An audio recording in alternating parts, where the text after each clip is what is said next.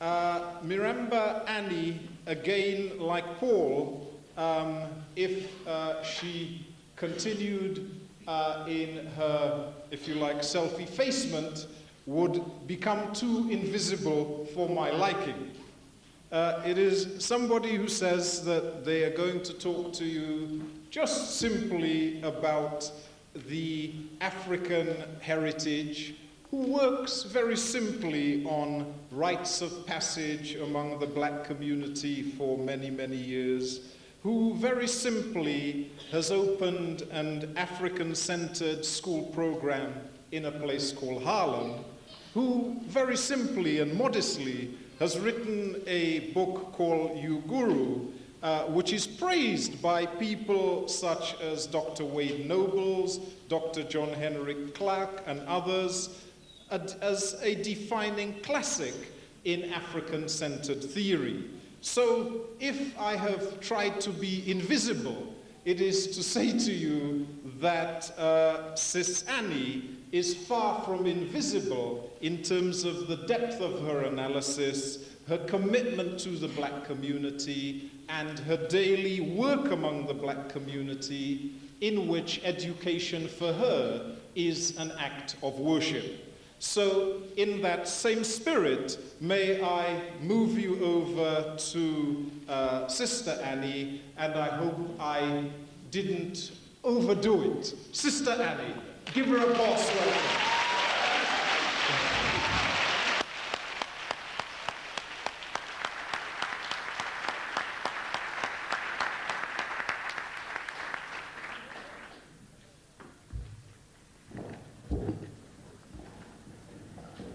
Hotep. Hotep. Habari Gani. Nzuri. Asante Sana. Alafia. Hello. Wahonta say. Madasi. Oh, Madasi. Okay. Wonderful to hear the sound of African languages. And my brother here, who has been praising everybody else, is a linguist, has been studying African languages, which is something that I think we all need to do. Certainly, we should attempt to learn one, because I'm of the opinion that we're not ready for this first slide. Hello? Thank you. As we begin to reconceptualize from an African center, it will require that we do so in the languages of our ancestors, in the languages which come from our center. So we are involved in a movement which is moving towards these languages. It would be great if that was lower, right? Okay. It is really with pleasure that I stand here before you, and it's been very exciting being in the company of my brothers and sisters who have come over from another part of Babylon. And it is not that we are from the States, really. We are from Africa. We are African. It is simply that a particular experience has helped to develop our thinking because of some of the political movements that have occurred in the United States. So it's an honor for us to be able to come here and share this with you. And I think that those of you who are really interested in hearing more from people here in this European country, that is Africans who are here, need to make the commitment that you will turn out in the same way for a conference that does indeed feature speakers, African speakers that happen to be living in the UK. So that's the commitment you have to make.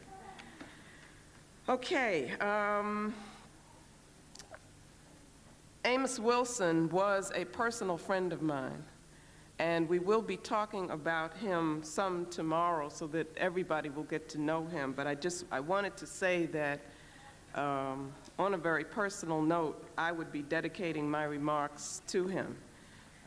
Amos was one of the most critical thinkers that I know. Whenever he spoke, never involved a lot of rhetoric. He always cut to the heart of things and was intensely committed to not only enlightening, but to organizing African people for African liberation. So these remarks are dedicated to him. In our analysis and our critique, Paul talked about doing white studies. We must begin always with the African worldview. Why do I say that? Because that is the beginning for us. It is the center. It is the core. It is the center from which issues our most profound thoughts. And what the African worldview does for us is to provide a paradigm that we can use as a conceptual framework within which to place European thought and behavior for critical analysis. As a matter of fact, we place everything within that context for critical analysis. And so always let us remember to center ourselves in the worldview that comes from us.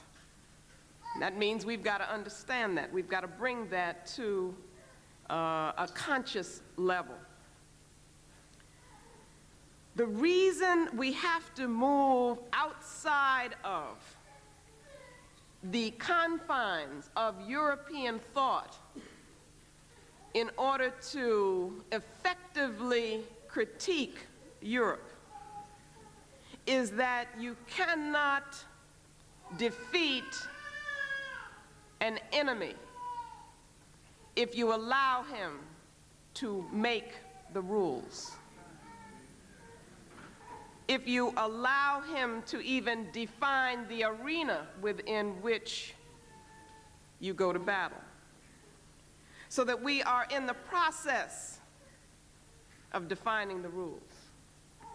We're in the process of redefining reality from our center. Because what the enemy does, if he's smart, we give him the latitude to define the rules, then he'll do that in his advantage. And he'll neutralize the natural advantage that we have. So what we're doing is taking back the right to define the rules. We're coming to understand this more and more, that the most critical thing that our enemy has done is to control our thought process. And we're understanding that that aspect of the war is so much more damaging than those overt aspects, the things that are obvious to us. We've got to look deeply and understand the hidden dimension, the dimension of the assumptions that we carry around with us that actually define us to ourselves as unworthy. We're usually not aware when we're doing that. And so what some of us are trying to do is to move to that deep level where we can come to understand that. And the concept of worldview helps us to do that. Worldview and culture are an essential grounding for us, for people generally. Culture is the context of meaningful reality. It is the way in which we get order in our lives. It unifies our experience. It unifies us as a people, and it identifies us as a group. It tells us who we are, what to do. It's a collective value system which commits us, gives us a sense of purpose. Culture is therefore political, and it is ideological. Worldview, then, is the bedrock of culture. It's the bedrock of that experience. And in it, thought and culture come together. And that relationship is extremely important. Worldview is the way in which a group of people define reality. Brother Wade Nobles has told us how important it is to define reality for ourselves. Our worldview gives us definitions of truth, of being, of nature, of what it means to be human, of time, of space, of reality, of being. And so, because of the importance of worldview, let us begin by talking about the nature of the African worldview. The African worldview is about connectedness. It gives us a universe which is a spiritual whole, in which all being is interrelated and interconnected. It tells us that spirit is made manifest in matter, in material being. It tells us that reality is so complex and so multidimensional that we must express it through symbols. And those symbols make up a system which is then expressed through mythologic. Mythologic. Everything has its logic. There is not only one logic. And so there is the logic of African symbolisms. We speak of Kweli, truth, Sia, Oni, truth, enlightenment, understanding in African languages. And this is a process which makes use of the Mawu, or feminine principle, which is joining, connective, holistic. In intuition, the knower and the known are joined. They become one. The inner and the outer are joined. Science, for us, is the way in which we seek to explain the universe systematically. It is for Africans a seeking of the essence of things, a search for meaning.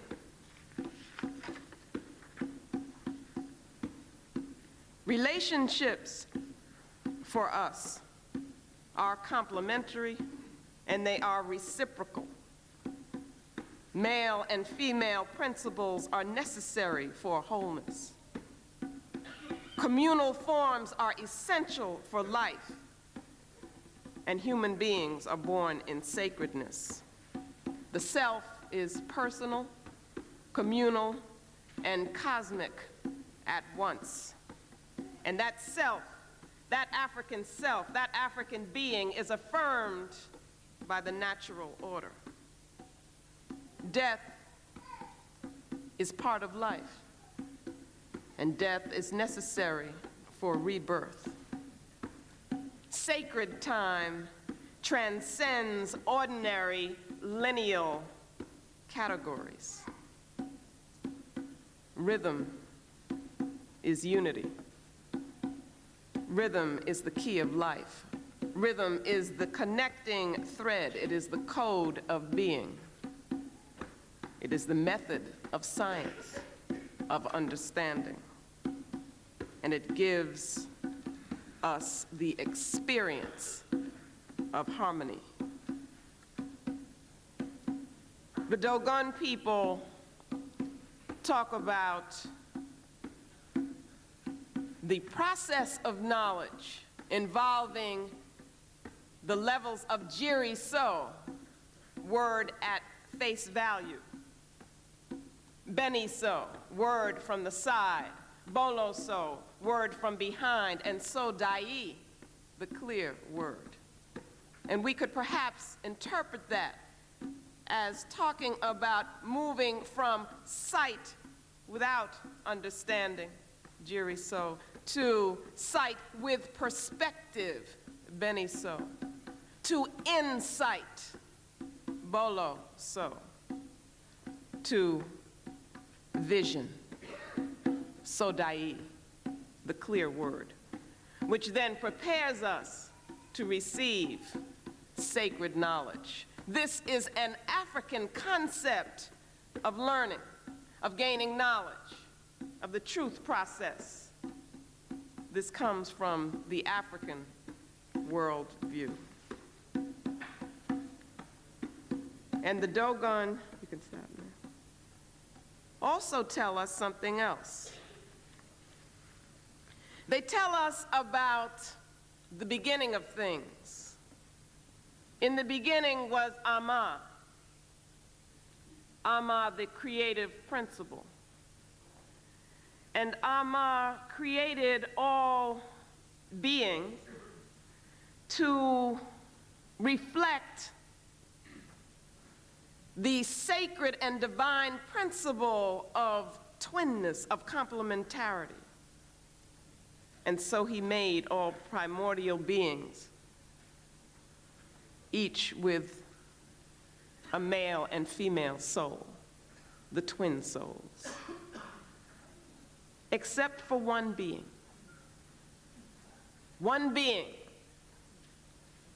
who in his arrogance, wanting to compete with Ama and to be more perfect than Ama,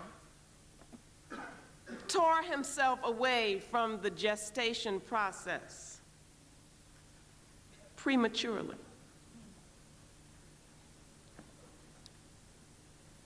And began to make things, attempting to make things better than Ama could make things. And in the process, this being discovered that everything that he made was incomplete like himself, for he was missing his female twin soul. That being was Urugu, according to the Dogon people. Urugu in a flawed condition, deficient in being, could only create other deficient beings. In recognizing this, Urugu returned to Ama, seeking his female twin soul. But Ama either had given it away or had determined that that would not be available. And so Urugu was destined to search forever for that which he could never have, to search for a fulfillment which he would never find. And everything that he would touch would be destroyed, because he was a being of destruction. So let us begin today with that symbolic statement from the Dogon people in mind. Let us begin a journey in which we will look at the inner workings of a culture which we could understand as a male manifestation without the wisdom of femaleness, an incomplete culture without wholeness. It is essential that we understand the workings of Yurugu, not because Africa doesn't have other enemies. We have, and we do. The specialness of this particular enemy, and make no bones about that, it is an enemy, a formidable one, is the way in which they have messed with our minds, the way in which the Europeans have enslaved the minds of African people. But we know that none but ourselves can free our minds. And that's the process that we want to be about, and we want to get through it, get beyond it, so that we can be about the healing of our people and the reconstruction of African civilization. So with that, let us begin this sojourn. See how we're going to work this through today. And you're going to follow with me and help me as we do this. To begin with, in an analysis of the enemy, it was necessary for us to reconceptualize, that is, again, to go outside of this system that had been used to enslave our minds, okay, or to kill our minds, as Bobby Wright would say, to commit menticide. To do that, we couldn't use the same concepts that they had given us. That's what we have to understand. We have to be creative and recreative. And we have to have the courage to think for ourselves. And so the first step was reconceptualization. And that reconceptualization would allow us then to look at the process of the manufacturing of European power and to understand the mechanisms of European world domination. Ultimately, we're going to attempt to understand, or we're going to need to understand the spiritual implications of that domination and understand its implications for consciousness. What we come to through this analysis, which we're going to go through today, is that the European cultural construct is based on a concept of truth which implies European power over African people. It is a culture which gets its energy from destruction, which becomes destruction, which is destruction, for they are the destroyers. Their way is death without rebirth. They are the desert which knows no giving. So Aikwe Arma tells us in 2000 Seasons. Why is the culture so successful at what it does? It is successful because everything in it, every aspect of the culture works for European power. Every aspect of the culture works for European power. That is what we have to understand. What is reality? What is truth? Each culture must define those things for itself. Each culture has a method that it uses to define truth. Truth can be defined as being spiritual and joining. It can also be defined as being materialistic and separating. The European definition of truth has no spirit, is a denial of spirit. It has no concept of ma'at. Now, how does that work? Well, remember Urugu. If truth has no spirit, if truth is a denial of spirit, then who becomes the smartest people?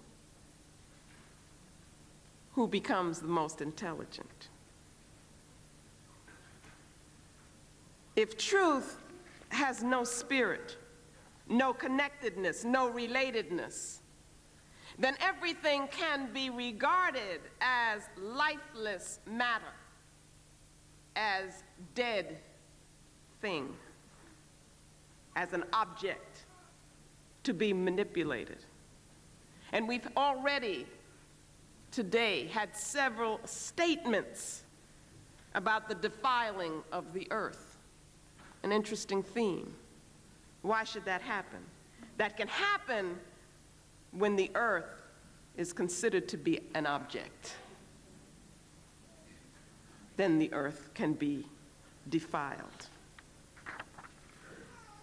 So that in this analysis, we will be attempting to understand how the world was reconstructed in the image of the European, using their system of thought. And we will try to understand how that reconstruction of reality supported, indeed, their imperialistic behavior, their enslavement of African people, and their defilement of the earth. So I think with that, we're ready to begin our analysis, understanding that this comes from not only the worldview of our African people, our Africanness, but that it is an analysis which is inspired with a passion for African liberation that comes from and issues from the depth of African spiritness, as my brother Wade would say. So let us take this journey together. We begin with the conceptual model. Can I have the first slide, please?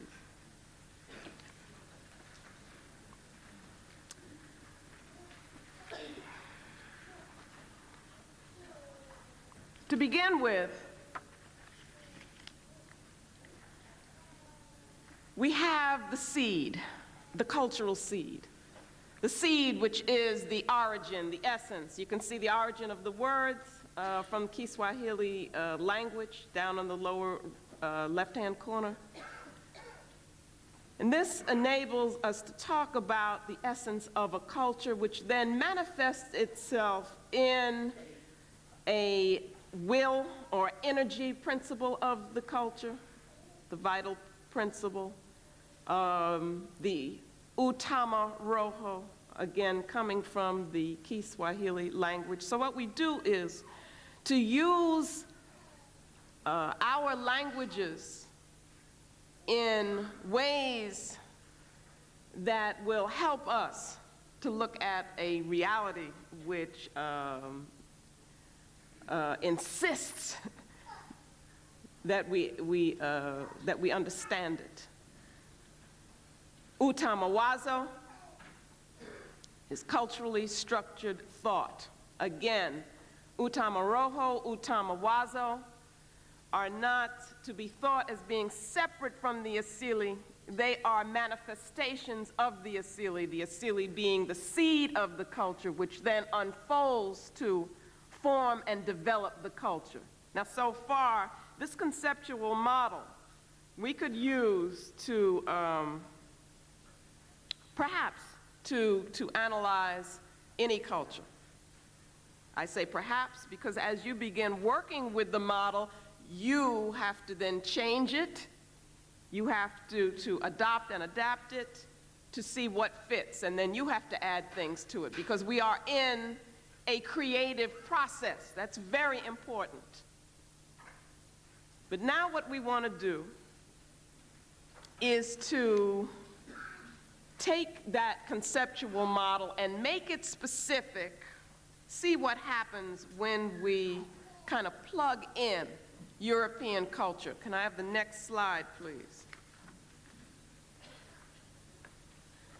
Now we're making it specific. So what we want to do is to look and see what is the nature of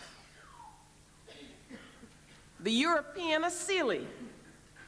And we can use those terms because we have the right to, because we're taking the right to, because we're defining reality.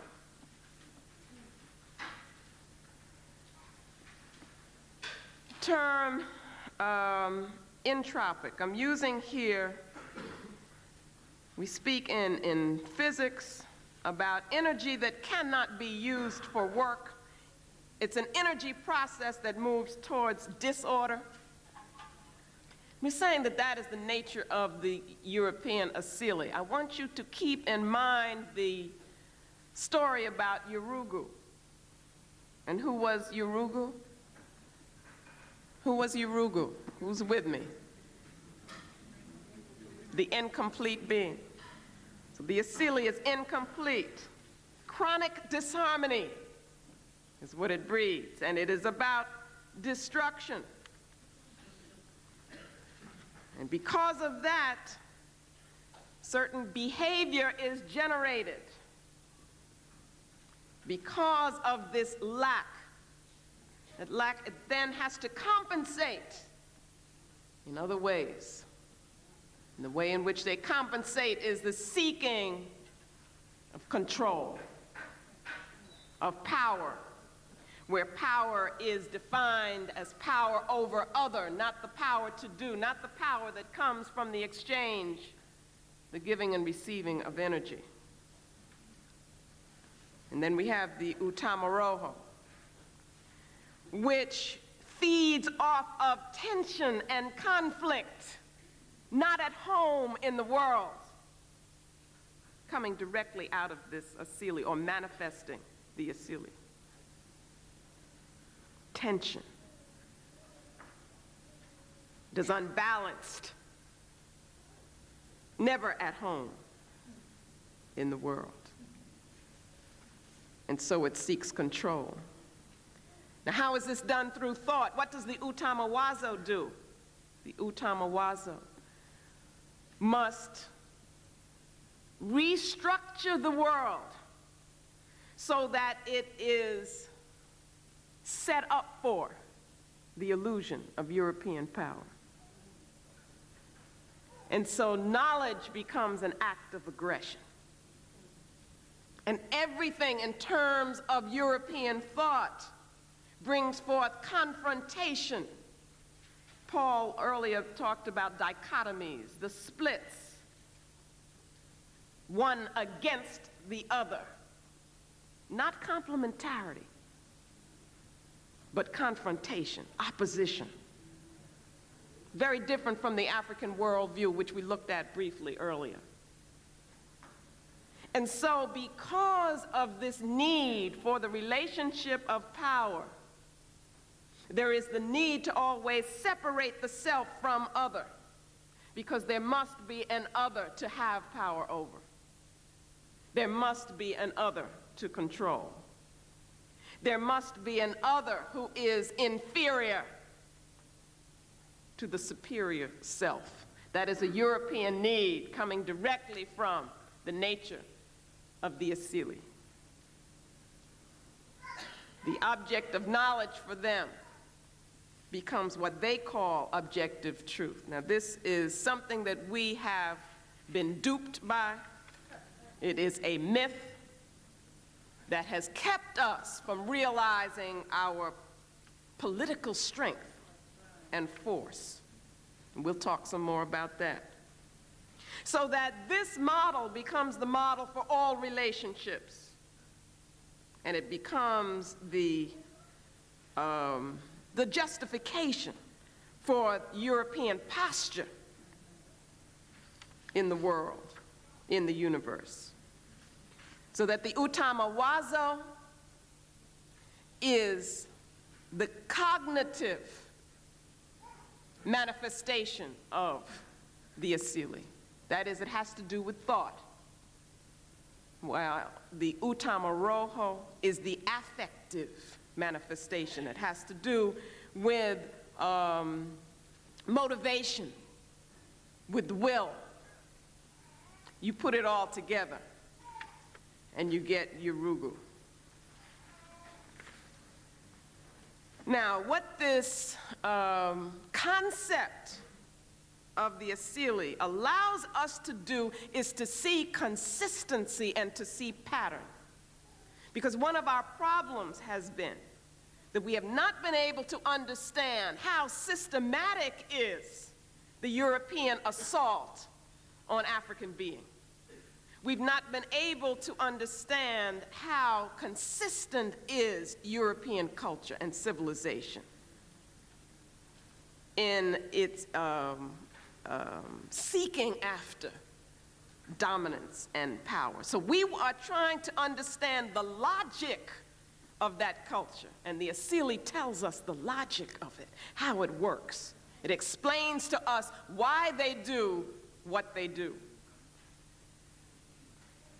The Asili becomes a centering concept for us, and it allows us to take the mask off of the European. Take the mask off of the European, so that no longer for us is their imperialistic, destructive, anti-African behavior hidden behind the rhetoric of academia, the rhetoric of the church, the rhetoric of liberalism, for instance. So that we find ourselves wanting to talk about the exceptions, the good white people, and so forth. But we must always focus on the Asili, which is the nature of the culture, which tells us the pattern of behavior, which then illuminates the meaning of the consistent history. If you look at history, you don't see the exceptions. What you see is the pattern, and the pattern has been the pattern of destruction. Why has it been a pattern of destruction?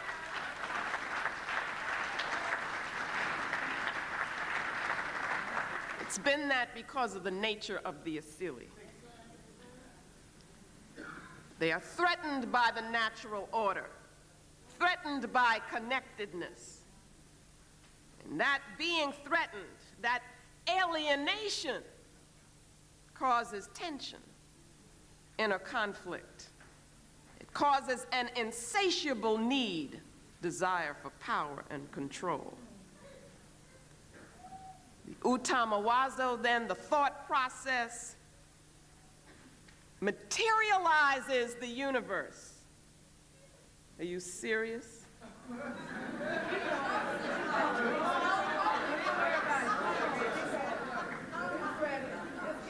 Oh. Okay.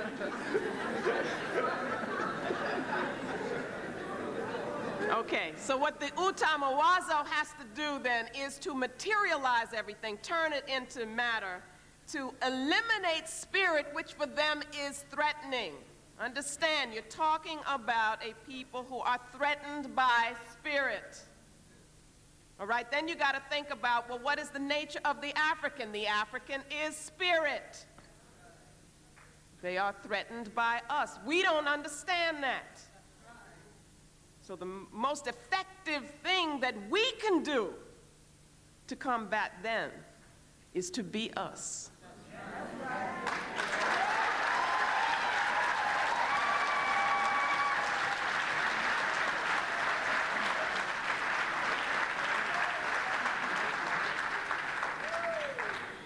Now, what this requires, this analysis, is that we look deeply into thought process and understand that it's somewhat difficult because we're talking about things that we have never looked at.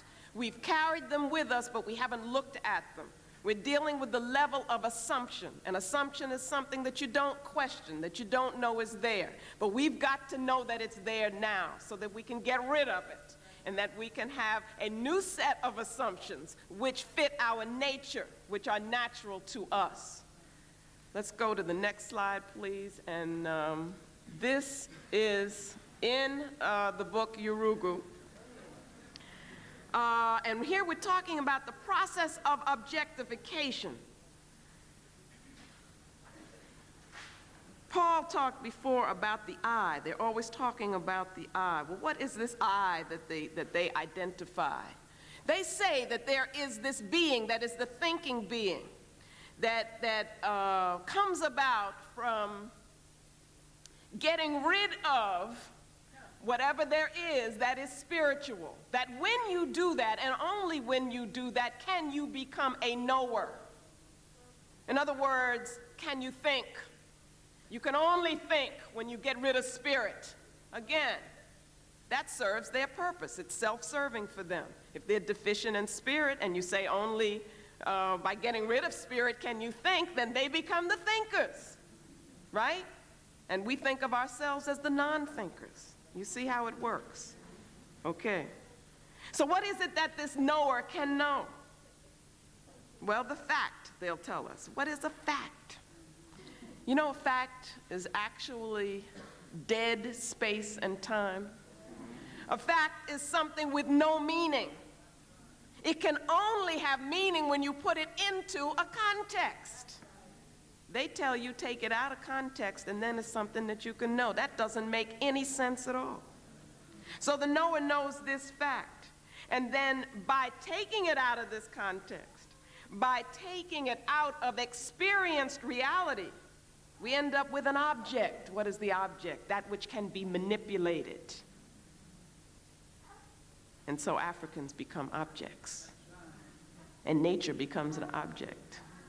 And the universe is objectified. And they say that by doing this, then you can have pure thought. And you can be rational. And what rationality means for them is the imposition of their minds on the universe. That's what rationality is. And they tell us, cogito ergo sum. Je pense donc je suis. Right, my brother? I think, therefore I am. They end up with nothing but this being that has been divorced from the spiritual universe, and they tell us that that is thought.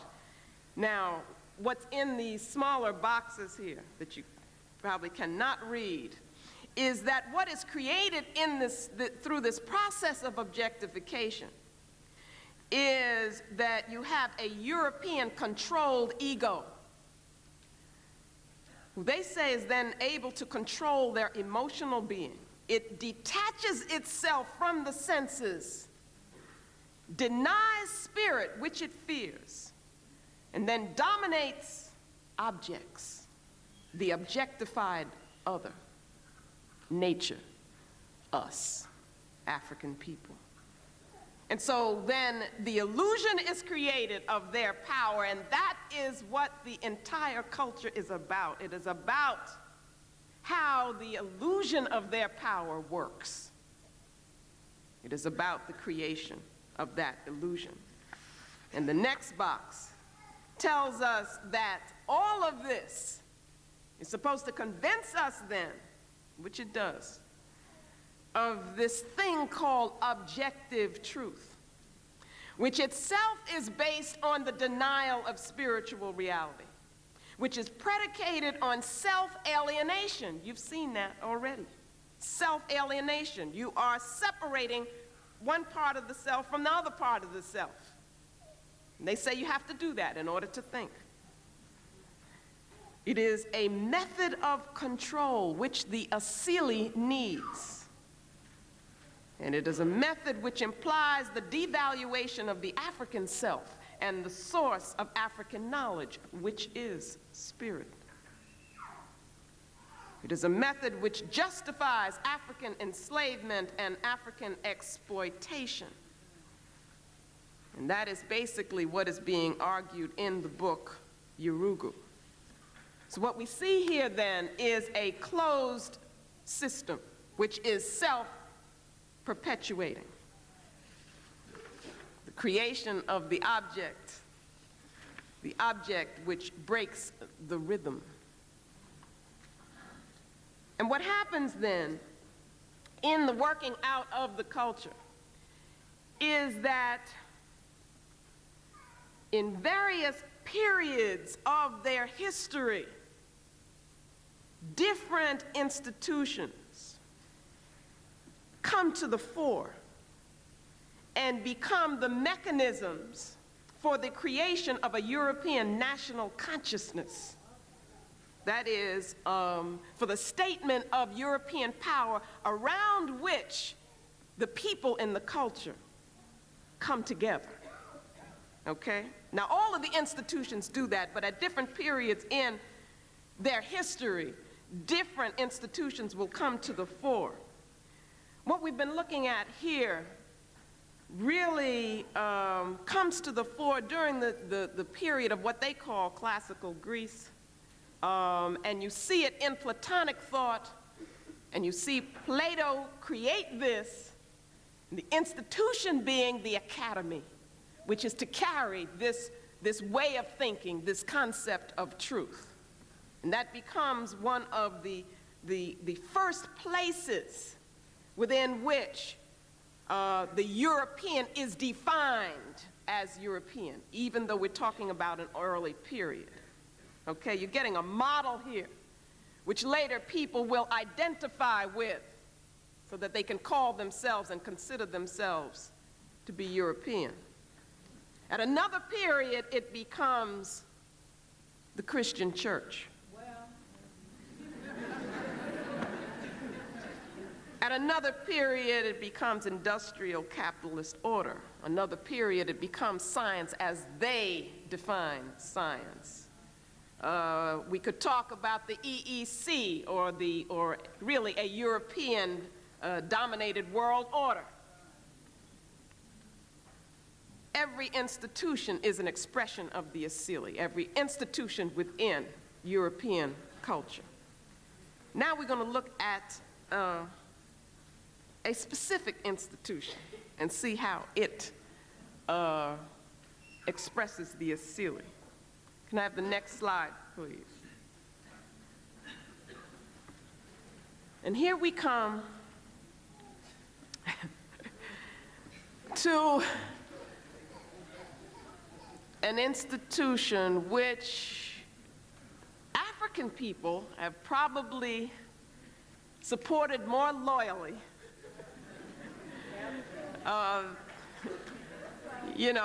than Europeans themselves. But that's because we didn't understand how it works. What Christianity does, if you use an asili analysis, is to unify the conquerors while it pacifies the conquered. Okay? Unifies the conquerors. And that's the role that it played. It had to bring Europeans together. Because previous to this period of the early church, Europeans were not united by their religious practices. Do you understand what I'm saying? Okay, the asili was already in place. But they didn't have a religion which told them why they should conquer the world. And that's what Christianity did. But we should also say that at the same time, what this religion said was that we should be peaceful. We, meaning the victims.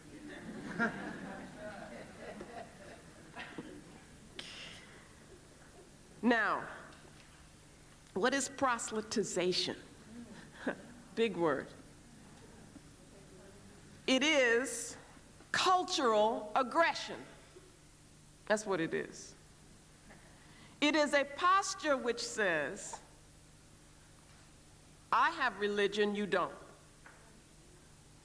I know you don't. So I can come into your culture, I can come into your home,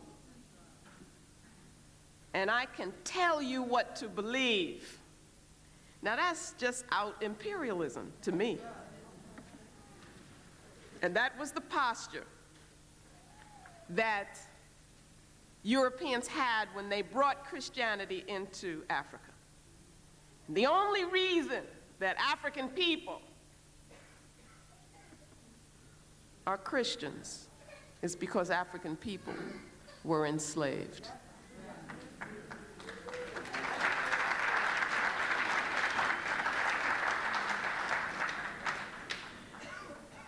The religious statement reflects the nature of the culture. It is patriarchal. In it, nature is identified with sin and with evil. Nature is to be controlled and so forth. You can read what's up there on the slide. Very, very different kind of interpretation of blackness than you would get in an African worldview, where Brother Richard King can talk about the black dot being the doorway, right, to consciousness and to the depth of consciousness. That's not the imagery that you get in the Christian statement, where blackness is evil and whiteness is good. This is devastating for African self-concept, and we have to understand that. Now, what did Christianity do for Europeans? It helped to develop a national consciousness for them, which would enable them to have an imperialistic posture towards the rest of the world. And so you can read about Constantine, who said he had a dream. In his dream, a cross came to him. And that cross had an inscription. And the inscription was, "Conquer by this." Now that's what Constantine says. Okay? That's what he said, the cross said. I didn't say it. He said it. And so he had a cross made and then went into battle. And he was successful in battle. And so then he becomes emperor of Rome and says that he has been chosen by the one true God to go throughout the world and bestow this gift on everybody else. Just happens that that also meant that the Romans would control everybody else as well. That is the meaning of monotheism for Europeans. It is not about the oneness of the universe. It is about having one emperor. It is about monolithic control, the control of everybody else by one group of people. That's what monotheism is for them. But we have been defensive because they have used the term to proselytize their religion, which is really their ideology. And they have said Africans are polytheistic while they are monotheistic, which is morally superior, they tell us, and we have become defensive and said, oh, no, no, no, no. We're monotheistic too. And so we want to deny the Orisha, the Abasum. We want to deny nature because we want to be like them. But we never ask the question, what does it mean to be monotheistic if they are defining the term? It means conquer by this is what it means. It means absolute control and domination. What did Christianity do for Europe? It explained to them who was we and who was they. It explained to them that if they called themselves Christians, they could then go throughout the world exploiting, destroying, and dominating heathens. And who were the heathens?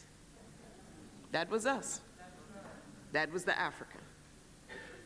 We have to understand that that has been the function of Christianity for Europe.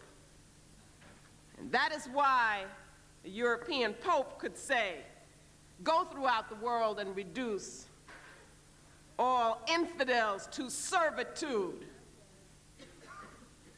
so that that could rationalize our enslavement as a people. This is a history that we cannot ignore. Even though we have become dependent on these thought forms as an escape from the mandate, the accountability that we have to our ancestors who were enslaved by these people, even though we have attempted to escape from that into a religious statement which told us to turn the other cheek. We must have the courage to give it up when we need to.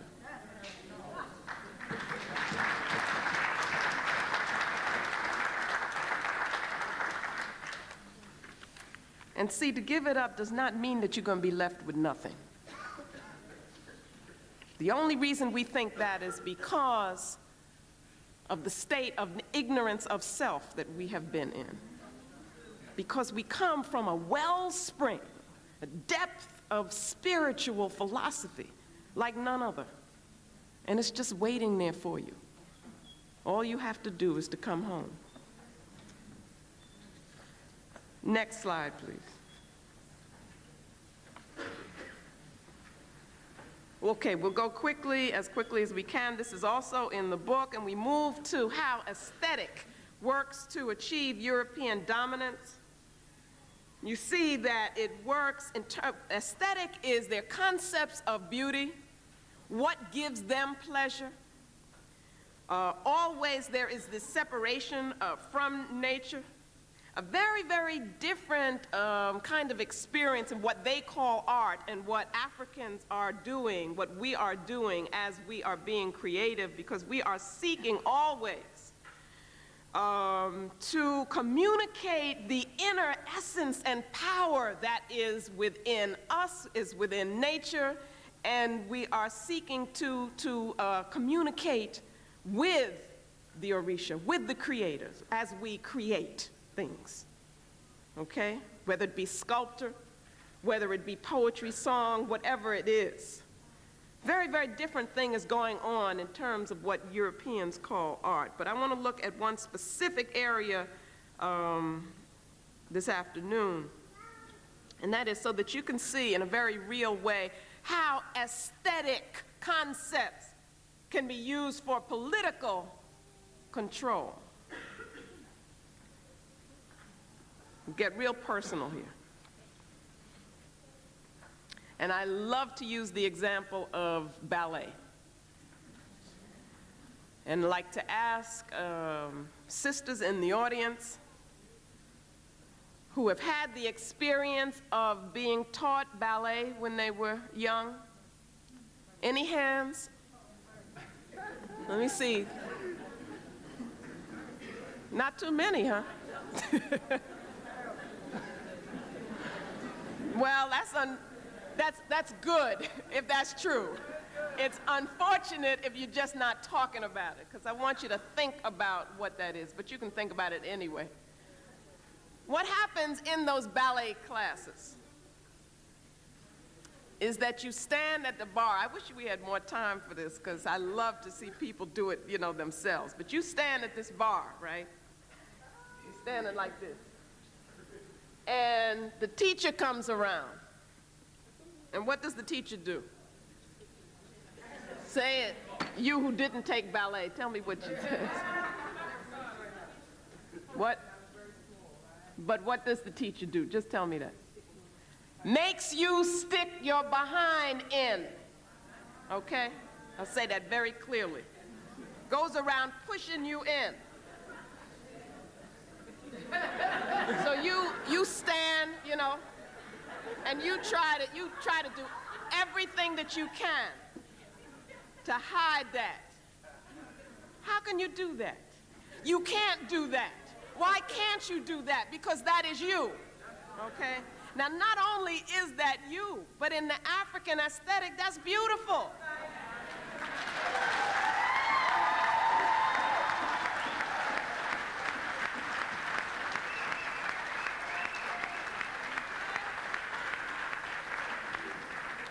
But they tell, this is very serious, little girls, we had this experience, that is ugly, that somehow you get the feeling that you're not even quite human, you know? And so you're trying to change something that you can't change to look like somebody else. In addition to that, you take your hair. They tell you it can't be in braids, certainly can't be in an afro, okay? It's got to be pulled back very tight with what they call a classic bun. So they're telling you this is a form of dance you got to have a certain physique for, certain kind of hair for, wear your hair in a certain way for, right? Then the other thing that they do is, the only reason we were in those classes was because they said you had to learn ballet before you could learn any other kind of dance. They didn't really want you to do other kind of dance, but if you were gonna do it, at least this had to be first. Why would it have to be first? They told you that you learned technique in ballet. Remember all those things? All those myths? They also, if they listed, they put words next to it. If you wanted to learn African dance, in those days, they didn't say African dance. They would say ethnic. Now, what does that do? You have to understand the language that is used. Ballet was classical dance. How did that come to be classical dance? Because classical is the universal. The ethnic made it particular. The universal was more than, was superior. The particular, you see, is lesser than. Which came first, ballet or African dance?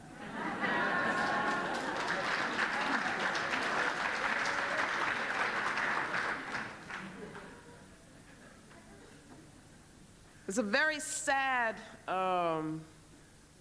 manifestation of this use of the African aesthetic that we see now when we go to the continent. This use of aesthetic to destroy the self-image of a people. Our sisters in Ghana, in Senegal, in Nigeria, are using harmful poisons, chemicals on their skin to change the color of their skin. The color is very strange, very strange. It looks sick. The skin, it thins the skin.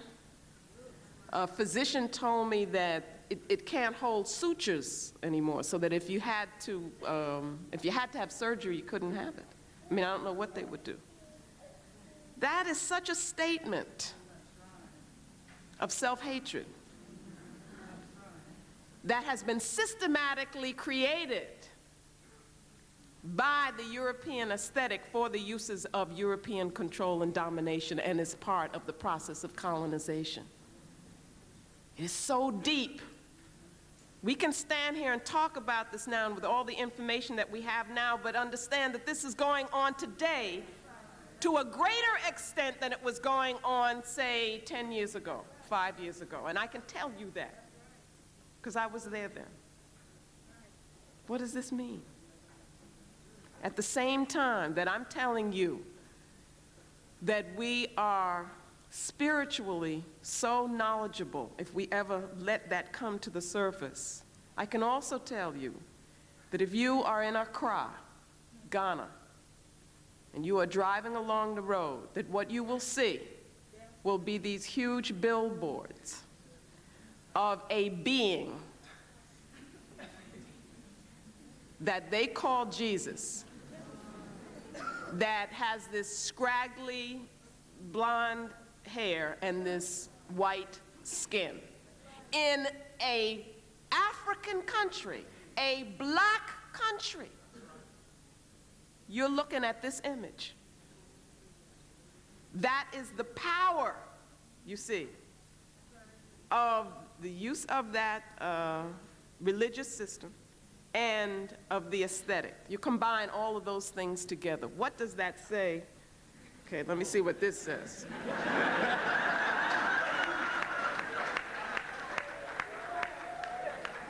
No, I had determined that we would not do questions now, that we'll have them for the next period. So that gives me 5 minutes.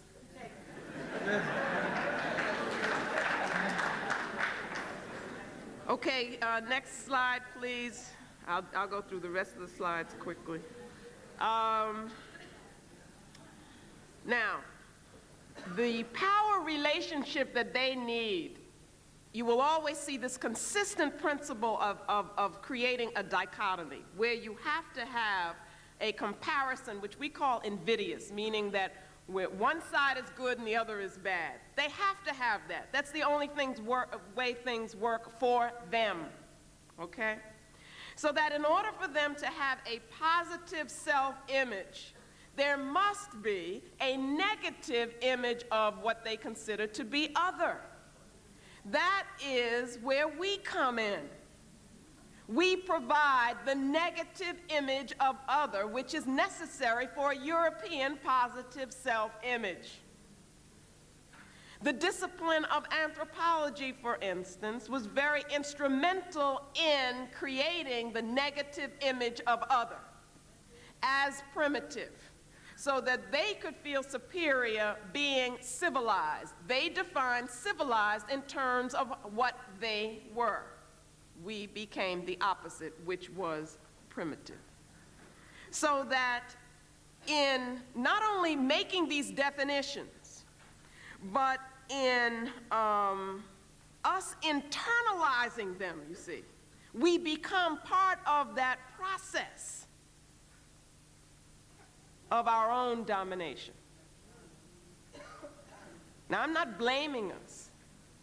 I'm showing you how it works, how it's the mind, and how systematically they work to do that. So if they could get us to accept this negative image of ourselves, then we lose our power. We're the majority. We lose our power. The image they give us of ourselves is as a minority. And so we go around calling ourselves minority. We do that all the time. It's craziness, but that's what we do, okay? It enables them who are a minority, a small minority of the world, to gain power over the majority of the world by successfully putting forth these images. Let's move to the next slide. Let me see how quickly I can do this. Well, let's just focus on one point here, and that is, if you look at the smaller triangle, what happens is that there's a certain style of behavior that we don't have time to go into now, but that happens within the culture itself. That is how Europeans treat other Europeans. Okay, and that's also linked to how they think about nature, how they define what it is to be human. Okay, and remember that self-alienation, and remember the incomplete being and so forth, and the inability to join. Now that causes a lot of problems in terms of what we would call interpersonal relationships. One of the things, though, that it's characterized by, their behavior, is that it's aggressive. All right? But this is within the culture. Now, it's got to be limited. Why? Why has the aggression got to be limited within the culture? They would destroy each other. Thank you, Sister Abena. So let's move then to the larger triangle and look at how they behave towards others. What happens here? A concept is constructed of the cultural other. And the cultural other is that person, that culture, that can be totally destroyed at will, can be dumped on, is worth nothing. That is the true object. And what happens is then that aggression can be displaced onto the cultural other. And they understand this on a conscious level, that as long as they have us to destroy, then they can kind of keep things working within their culture without destroying each other. I say kind of because it's breaking down. It's definitely breaking down. Now, a very important part of this is what is in between the two things here. And there you'll see what I've called the rhetorical ethic. The rhetorical ethic. That is what messes us up. Because the rhetorical ethic is nothing but rhetoric. It is a statement which Europeans construct for exportation. It is a statement which is constructed for their would-be victims. It goes like this. It says, we are interested in the well-being of all humanity. We are all human beings. We're all brothers under the skin. We believe in universal brotherhood. Those kinds of statements, okay?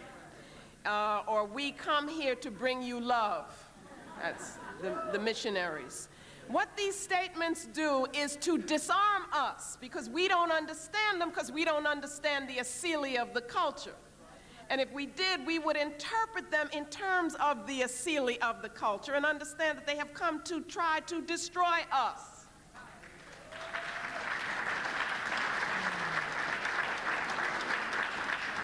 So what the rhetorical ethic does is to mask raw aggression. Okay, it masks raw aggression. But as we come to understand it, then we will begin behaving differently towards those who would destroy us. Let's move to the next slide, please. Okay, here we have how these statements become ideological. Universalism, as we've said before, very important, the syntax of universalism. What happens? You notice how now what is being said in the States, I don't know if they do it here, but now they're talking about how there's no such thing as race. Not interesting? Newsweek magazine, what color is black? Suddenly it's not supposed to matter anymore.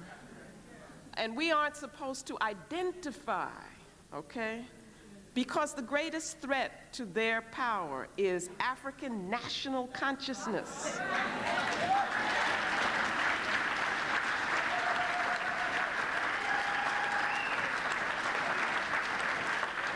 But if we don't understand, what happens is that we get tricked by the rhetoric. And so what we say is, oh, I just want to be human. I want to be the best lawyer. I don't want to be a black lawyer. I want to be a lawyer.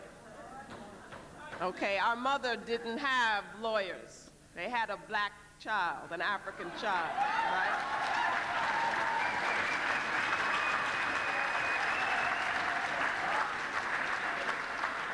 So what this universalism does is that it keeps us from understanding their nationalism. Their nationalism is expressed in universalistic terms. That's what we have to understand. We have to be able to identify the statements of European commitment, value, and objective, goals, intent, and so forth. We have to understand what they are committed to, and not think that what they're talking about is some universal truth or science or knowledge or whatever the heck they say it is. Now, the Asili is always the same, so that the Asili, as you see in the middle, is seeking energy by imposing disorder on the world through racial and cultural domination. Well, what is progressivism? This ideology of progress we really get caught up in. You see how tricky this stuff is, how subtle it is. These are the aspects of European domination that are so subtle that it's the most difficult thing for us to deal with. We want to be progressive. And so what we do is we imitate them. And that's what brothers and sisters on the continent are doing. We are trying to rediscover our Africanness, and they are trying, like everything, to be European. And it becomes our job to show them the beauty that is within them, to let them know that they are the source, that we are the source. In the 19th century, the British Empire could speak with pride about the various people around the world that they had conquered. And they could justify that by saying that we brought progress to these people. They could do anything in the name of progress. We have to look at what do they mean by progress? What is meant by that? Are they morally superior to us because they have more televisions than we have? These are the questions that we have to ask ourselves so that then we can neutralize the ideology of European dominance. And we can define for ourselves what progress is for African people, given African goals. Next slide is the summary of all of this, where we see that the Utamawazo here is the way in which the universe is reordered so that the Asili can be fulfilled. Over here you have the Utamaroho, which is the way in which the Asili expresses itself and seeks to fulfill itself. It's the will of the culture. These then, which are mutually supportive, are manifested in the various aspects of the culture. And so we end with a system of death, a system of destruction. Hopefully, this system will self-destruct. But what we have to do is to ask ourselves what will happen to us in the meantime, in the process of their destruction. I want to give you an example which is very close to home for you of what we use the term Eurocentrism. But I think the more we use it, there's a tendency for it to become trite, that we don't really understand the depth of the meaning of that term. And I was reminded of it on my previous visit to this country. I want you to listen to this. The prime meridian of the world runs in a straight line from here, that's a particular point, to the north and south poles, with 1 foot on each side of the line. Now, this is a place that's at Greenwich, okay?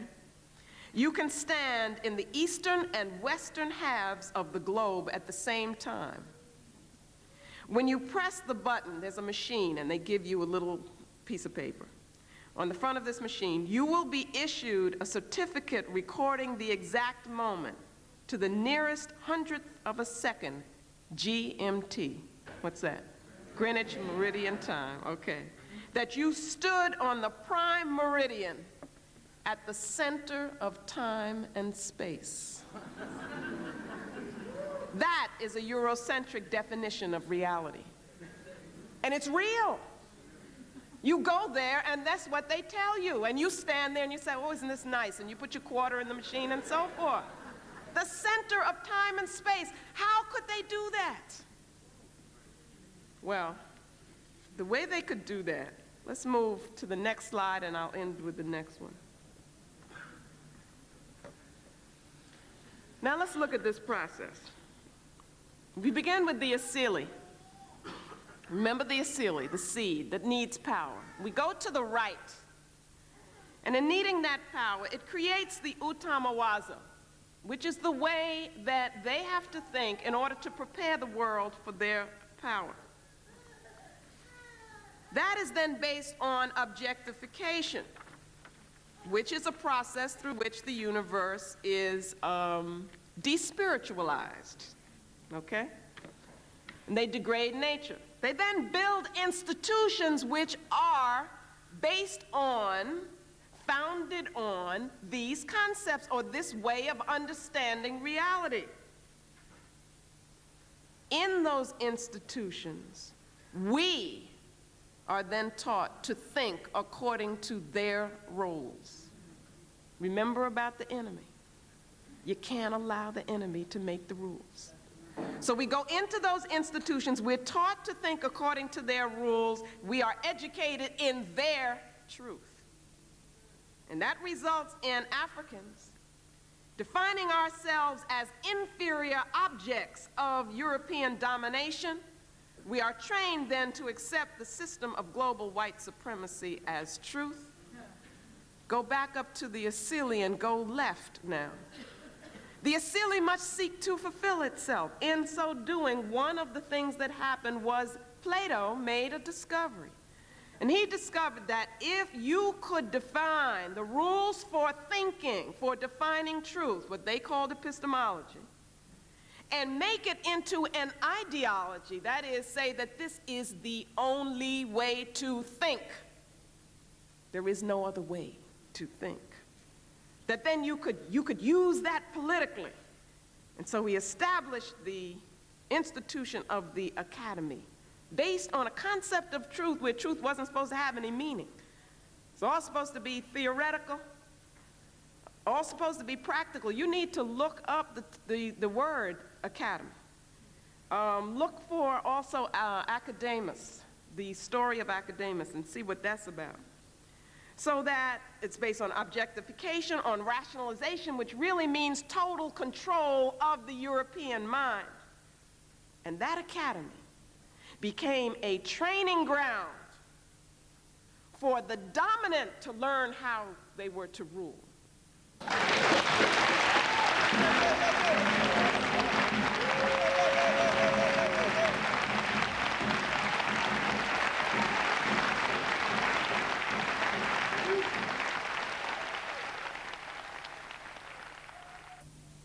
I was being influenced by social forces that they couldn't even touch, couldn't even understand.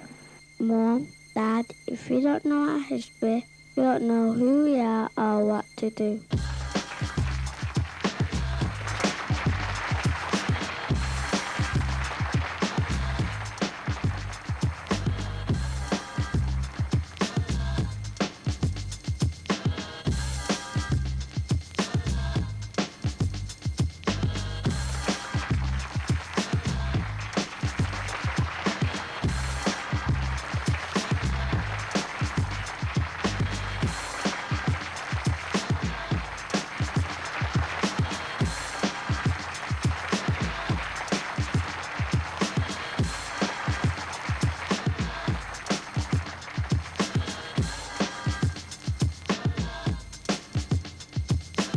I was being influenced by social forces that they couldn't even touch, couldn't even understand.